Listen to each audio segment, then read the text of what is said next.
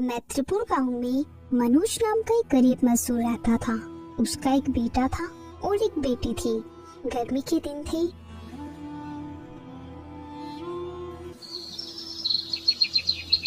सुनिए जी, गर्मी बढ़ती जा रही है और अपने घर में बिजली का कनेक्शन भी नहीं है। ऐसे में बच्चे बिना पंखे के कैसे रहेंगे? तुम सही कह रही हो, पर मैं भी क्या करूं? सुबह को घर से निकलता हूं, दिन भर काम की तलाश में घूमता हूं, पर कोई काम मिलता ही नहीं। ऐसा कब तक चलेगा जी? घर का राशन भी खत्म होने को आया है। पता नहीं भगवान को हम पता है कब आएगी। ये गर्मी भी हम गरीबों को ही ज्यादा सताती है। अब क्या ही करें? चलो तुम मेरे लिए कुछ बना दो, फिर मैं निकलता हूँ किसी काम की तलाश में। सुधा मिट्टी के चूल्हे पर गर्मी में कढ़ाई चूल्हे पर चढ़ा देती है। तभी उसका बेटा शिवा और उसकी बेटी वहाँ आ जाते हैं। माँ, कितनी गर्मी है, पिताजी से बोलकर अपने घर में बिजली का कनेक्शन लेने को बोलो ना, और एक बड़ा वाला पंखा लगवा दो ना। मुझसे ये गर्मी और बर्दाश्त नहीं हो रही है। हाँ माँ, बोलो ना पिताजी को। हमारे सारे दोस्तों के घर में वो महंगा फ्रिज जैसा एसी चलता है और हम लोगों के घर में तो बिजली का कनेक्शन भी नहीं है। हमें भी इस गर्मी से बचना है। ये सब सुनकर सुधा की आंखों में आंसू आ जाते हैं और ये सब मनोज भी सुन रहा था। अपने बच्चों की बातें सुनकर मनोज भी दुखी हो जाता है। हे भगवान, मैं कैसा बदनसीब बाप हूँ जो अपने बच्चों को सुकून की जिंदगी नहीं दे सकता, इस गर्मी से उन्हें नहीं बचा सकता। मनोज खुद से ये सब बोल ही रहा था कि तभी चूल्हे की वजह से झोपड़ी की छत में आग लग जाती है। तो मनोज जल्दी से अपने दोनों बच्चों और अपनी पत्नी को घर के बाहर ले आता है और थोड़ी ही देर में मनोज का आखिरी सहारा, उसका घर भी जलकर खंडर हो गया। ये क्या हो गया जी? गर्मी का सारा कहर हम पर ही बरसेगा क्या? अब तो हमारे सर पर छत भी नहीं रही। अब ऐसी तपती धूप में हम अपने बच्चों को लेकर कहाँ जाएंगी? भगवान को शायद हमारी और परीक्षा लेनी होगी।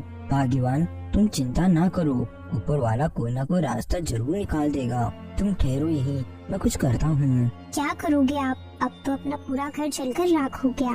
अब अपन कहाँ रहेंगे? मुझे मेरी चिंता नहीं है, मुझे मेरे दोनों बच्चों की चिंता है। अपने गांव की दूसरी ओर जो यात्रियों के बैठने के लिए जगह बनी हुई है, आज अपन वहीं रहेंगे। कल मैं अपने लिए नई झोपड़ी बना लूंगा। लेकिन वहाँ तो लोहे की चादर लगी हुई है और ऐसी गर्मी में उन चादर के नीचे और ज्यादा गर्मी लगेगी। सुधा, और मैं कर भी क्या सकता हूँ? आज मैं यहाँ नई झोपड़ी नहीं बना सकता क्योंकि यहाँ की जगह बहुत ज्यादा गर्म हो चुकी है। तो ये जगह रात भर में ठंडी हो जाएगी।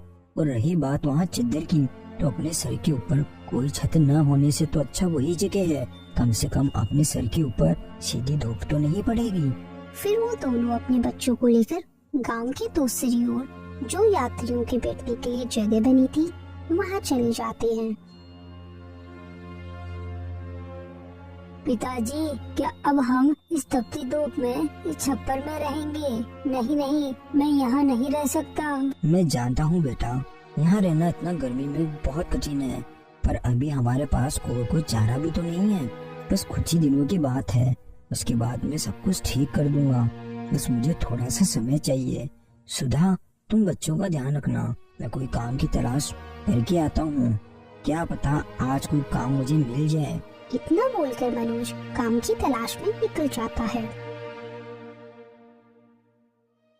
और सुधा वहीं रहकर उस छप्पर के नीचे अपने बच्चों का ध्यान रखती है।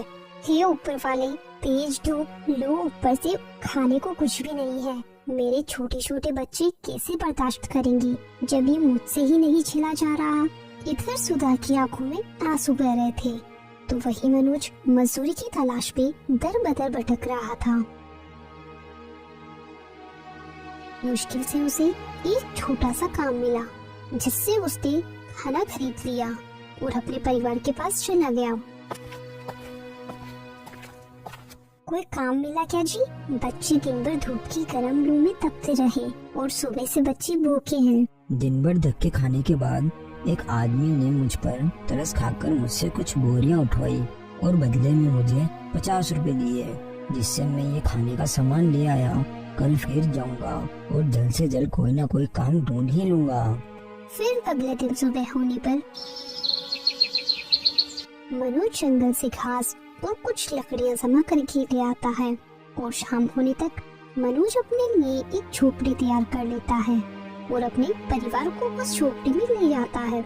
सुनो सुधा, शाम हो गई है, तुम अपने बच्चों का ध्यान रखना। मैं भी अपन सबके लिए कुछ खाने का इंतजाम करता हूँ, क्योंकि आज अपन सबने सुबह से कुछ नहीं खाया। मैं नहीं चाहता कि मेरा परिवार भूखा सोए।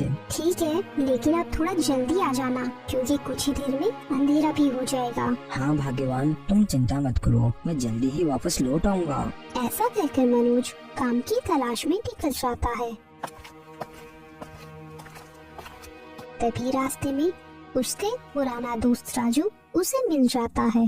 अरे मनोज भाई, तुम क्या हुआ? इतने समय के बाद नजर आए, फिर भी इतने दुखी लग रहे हो। सब ठीक है ना? क्या बताऊं राजू भाई, पहले घर में बिजली का कनेक्शन नहीं था, तो बच्चे बिना पंखे के गर्मी की वजह से बहुत परेशान हो रहे थे।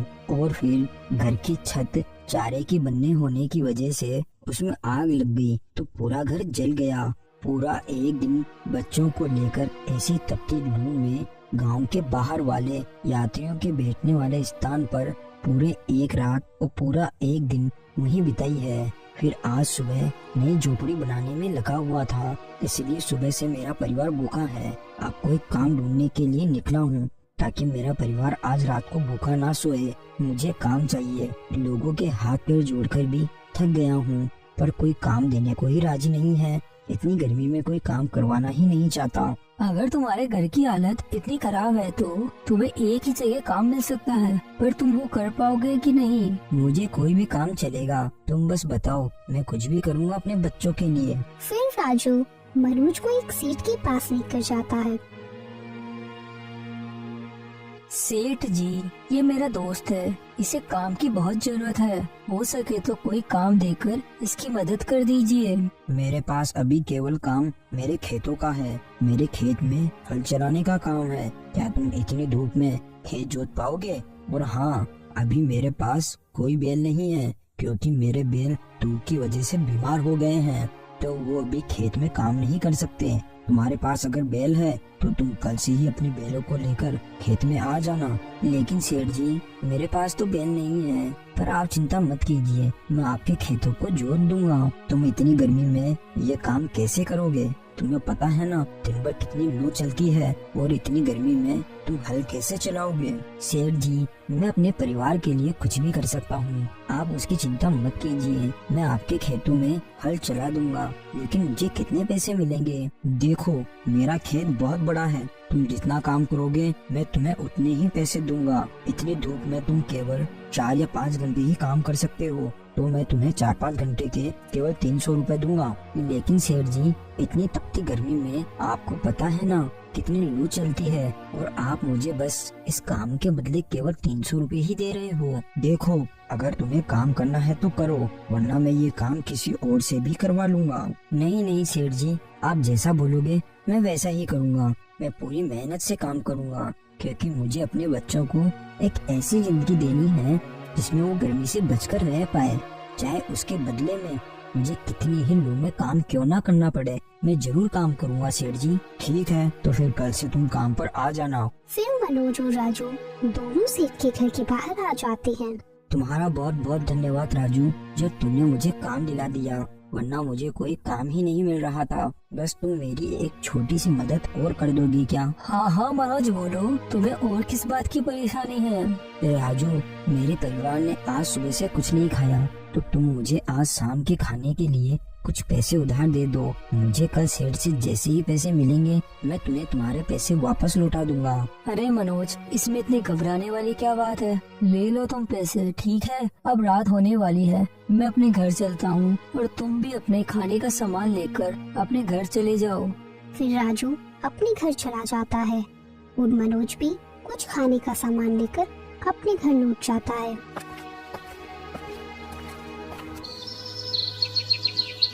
फिर अगले दिन सुबह होने पर मनोज सेठ के खेतों की ओर चला जाता है। मनोज सेठ के खेत में पहुंचकर अपना काम चालू कर देता है। तपती गर्मी में और गरम गरम चलती धूप में बड़ी ही मेहनत से खेत को जोतने का काम करता है।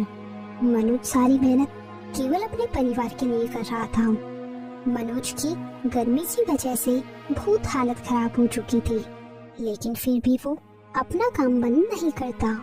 फिर शाम होने पर सेठ वहाँ आता है। वाह मनोज, तुमने बहुत अच्छा काम किया है। ये लो तुम्हारे पूरे 300 रुपए, और कल समय से आ जाना। फिर मनोज बाजार से घर का राशन लेकर अपने घर चला जाता है। ये क्या जी, आपके हाथ तो झुलसे हुए हैं। क्या करूँ सुधा, अभी मुझे यही काम मिला है। इस तपती गर्मी में खेत को जोतने का पैसे भी सही दे रहे हैं सेठ जी। बहुत जल्द सब सही हो जाएगा, तुम देखना सुधा। ये सुनकर सुधा की आंखों में आंसू आ जाते हैं। आप हमारे लिए खुद को ऐसी तपती गर्मी में खुद को इतनी लू में झोंक रहे हो जी, आप कैसे सहोगे जी। वैसे ही जैसे हमारे बच्चे और तुम इस गर्मी में लोहे के चद्दर के नीचे रहे थे। और तुम चिंता मत करो, मैं इतनी मेहनत करूँगा जिससे मेरे बच्चों की सारी जरूरत का सामान और उनके लिए एक पक्का घर बनवा लूंगा। ये सुनकर सुधा भी खामोश हो जाती है। कुछ दिन ऐसे ही निकल जाते हैं। अब मनोज के परिवार की हालात सही होने लगे थे। वो रोजाना तपती लू में सेठ के खेतों में अपने कंधों पर हल्का बोझ लेकर काम करता, जिससे घर का खाना बन जाता था। पर अभी भी वो अपना घर ठीक नहीं करवा सका था। एक दिन जब वो घर आया तो सुधा रो रही थी। क्या हुआ भाग्यवान, तुम इसे रो क्यों रही हो? शिवा की तबीयत बहुत खराब है जी। ये गर्मी की वजह से शिवा को लू लग गई। मैं अभी शिवा को अस्पताल लेकर चलता हूँ, कुछ नहीं होगा हमारे बेटे को। फिर मनोज और उसकी पत्नी जल्दी से शिवा को नजदीकी अस्पताल ले जाते हैं। देखो ना भैया, मेरे बेटे को कुछ हो गया है, डॉक्टर साहब को बुलाओ ना, इसकी तबीयत बहुत खराब है। ए गरीब इंसान, दूर रहकर बात कर। गर्मी लगी तो आ गए ढोंग करते हुए एसी की हवा खाने। जाओ कहीं और जाकर ये नाटक करो और निकलो यहाँ से। ये आप क्या बोल रहे हो? मेरा बेटा सच में बीमार है, उसे कुछ हो जाएगा। अब जल्दी से डॉक्टर को बुला लो, हम झूठ नहीं बोल रहे। ठीक है, अगर ऐसा है तो 500 रुपए जमा करवा दो, उसके बाद डॉक्टर तुम्हारे बेटे को देख लेंगे। ये सुनकर मनोज और उसकी पत्नी घबराकर एक दूसरे को देखने लगते हैं। तभी मनोज उस आदमी के सामने हाथ जोड़कर कहता है, देखिए हमारी मदद कीजिए, हमारे पास पैसे नहीं है। अगर देरी की तो मेरे बेटे की जिंदगी का सवाल है। तो हमने कोई धर्मशाला खोलकर नहीं रखी, जाओ सरकारी अस्पताल में, तुम जैसे मुफ्त खोरों के लिए वही जगह है। मनोज ये सुनकर बहुत दुखी हो जाता है और शिवा को लेकर सरकारी अस्पताल चला जाता है। एक तो अब शिवा को बहुत देर से लेकर आए, इस वजह से ये और कमजोर हो गया है। तेज धूप और गर्मी सहन नहीं हुई इससे, इसीलिए इसे तेज बुखार हो गया है। इसके अंदर पानी की कमी भी आ गई है। इसके खाने पीने का ध्यान रखें, पानी ज्यादा से ज्यादा पिलाए, और हाँ, इसे गर्मी धूप बिल्कुल नहीं लगनी चाहिए। धन्यवाद डॉक्टर साहब। क्या मैं अपने बच्चे को अब अपने घर लेकर जा सकता हूँ? ले जा सकते हो, लेकिन पर इसके सिर पर ठंडे पानी की पट्टी लगा देना और दवाई टाइम पर दे देना, ताकि ये जल्दी सही हो जाए। आप अकेले इतनी मेहनत कर रहे हो जी, मैं भी ऐसे हाथ पर हाथ रखकर नहीं बैठ सकती, मैं भी कुछ तो करूँगी। नहीं सुधा, मेरे होते हुए तुम्हें कुछ करने की जरूरत नहीं है। जरूरत है, हम दोनों काम करेंगे जिससे हमारे बच्चे आराम से रह सके। जब तुमने ठान ही लिया है तो ठीक है। फिर थोड़ी देर बाद मनोज भी काम पर चला जाता है और सुधा भी काम ढूंढने के लिए निकल जाती है। दिन भर घूमने के बाद सुधा को एक घर में झाड़ू पोछे का काम मिल जाता है। मालकिन, आप मुझे कितने रुपए दोगे आपके घर में झाड़ू पोछे करने के? मैं तुम्हें पूरे महीने के 5,000 रुपए दूंगी।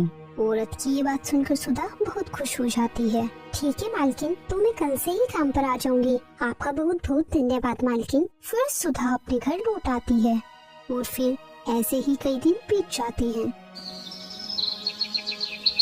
तू देख रही है ज्योति, जब से मेरी तबीयत खराब हुई थी तब से माँ और पिताजी अपने लिए कितनी मेहनत करते हैं। हाँ शिवा, माँ एक नौकरानी की तरह दूसरों के घर में झाड़ू पोछे और बर्तन साफ करने का काम कर रही है, और बेचारे पिताजी तो दिन भर धूप में हल को अपने कंधे पर लिए पूरे खेत में चलते हैं। कितनी लू चलती है, फिर भी पिताजी हमारे लिए वो काम कर रहे हैं ताकि वो हमें इस गर्मी से बचा सके। दोनों बच्चे अपने माँ पिता की ये हालत देखकर दुखी थे, पर माता पिता खुश थे कि वो अपने बच्चों के लिए कुछ करने वाले हैं। उधर मनोज को ऐसे मेहनत से काम करते देख सेठ मनोज से बहुत खुश हो जाता है। तुम सच में बहुत मेहनती हो। इतनी गर्मी में इतना काम करना हर किसी के बस की बात नहीं है। इतनी लू में तुम अपने कंधों पर हल लेकर पूरे दिन भर खेत में चलते रहते हो। अरे सेठ जी, हर गरीब आदमी अपने बच्चों के लिए ऐसा ही करता है। हम जैसे और भी बहुत से गरीब लोग हैं जो इस गर्मी से मर रहे हैं। बस किसी तरह मेरा एक पक्का घर तैयार हो जाए, जिससे मेरे बच्चे गर्मी से बच सके, क्योंकि झोपड़ी में तो कभी भी आग लग जाती है। मनोज, तुम्हें एक पक्का घर चाहिए ना? तुम कल से ही अपने घर का काम शुरू कर दो। जो भी खर्चा आएगा वो सारा खर्चा मैं तुम्हें दूंगा। तुम मुझे वो पैसे काम करके बाद में लौटा देना। सेठ जी की ये बात सुनकर मनोज बहुत खुश हो जाता है। आपका बहुत बहुत धन्यवाद सेठ जी। ऊपर वाला आपका भला करे, जो आपने मुझ जैसे गरीब पर इतनी दया दिखाई। आपका बहुत बहुत धन्यवाद सेठ जी। फिर कुछ दिनों में मनोज का भी एक पक्का घर तैयार हो जाता है। अब बताओ मेरे बच्चों, तुम्हें और किसी बात की परेशानी है क्या? वो तो ठीक है पिताजी, अब हम आपसे कभी भी शिकायत नहीं करेंगे। पर ये सब होते होते गर्मी भी चली गई और बरसात शुरू हो गई पिताजी। अरे ये तो तू बिल्कुल सही कह रहा है बेटा, पर कोई बात नहीं। अब ये पक्का घर हमें बरसात के पानी से भी बचाएगा, और अगला साल जब आएगा, जब किसी को गर्मी से कोई दिक्कत नहीं होगी। ये सुनकर सभी मुस्कुराते हैं। भले ही इनकी मेहनत के बाद इन्हें सुकून का जीवन मिला, पर सब पर किस्मत मेहरबान नहीं होती। बहुत से गरीब आज भी सर पे के लिए तरसते हैं, क्योंकि गर्मी गरीबों के लिए किसी कहर से कम नहीं होती। तो दोस्तों, हमें इस कहानी से यही सीख मिलती है।